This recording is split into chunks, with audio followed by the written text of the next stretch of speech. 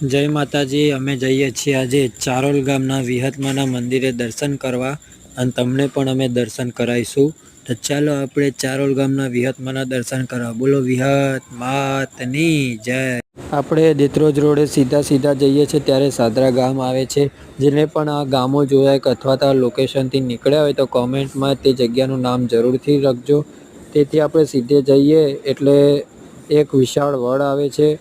વડની જોડે માંડવરાયજી દાદાનું મંદિર પણ છે. ત્યાં પણ કુદરતી વાતાવરણ અને શાંતિની અનુભૂતિ થાય છે. તો ત્યાં પણ તમે દર્શન કરવા જરૂર જજો. ત્યાંથી આપણે સીધા જઈએ એટલે કુદરતી વાતાવરણ અને વરસાદનો આનંદ માણતા કમળાપુરા આવે છે. કમળાપુરાથી પણ આપણે સીધા જઈએ એટલે થોડુંક મસ્ત ફરીથી જંગલ જેવો વિસ્તાર લાગશે અને ચારોલ ગામમાં આપણે એન્ટ્રી કરીએ છીએ. ચારોલ ગામ પણ એકદમ ગામડા જેવું દેશી ગામડું છે ભાઈઓ. ત્યાં પણ તમે જશો તો તમને ખૂબ મજા આવી જશે. કોઈ ભીડ નહીં, કોઈ ભાડ નહીં, શાંતિથી તમે વિહતમાના દર્શન પણ કરી શકો છો.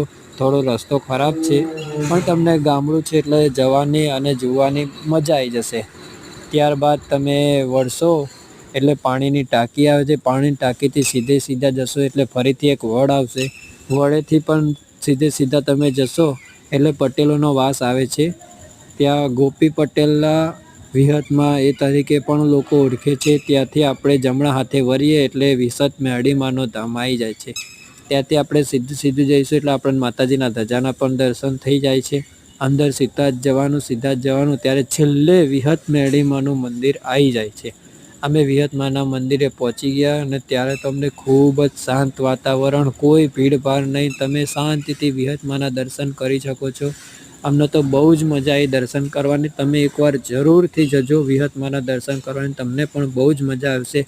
અમે ત્યાં ગાડી જોયું મંદિરનું વાતાવરણ, મંદિરના શિલાલેખ બધું વાંચ્યું, અમને બહુ મજા આવી. આ વિસત મેરડીમાં ગોપી પટેલ વર્ષો પહેલાં ગોપી પટેલ કરીને ભુવાજી થઈ ગયા, તેમના વિસત મેરડીમાં છે.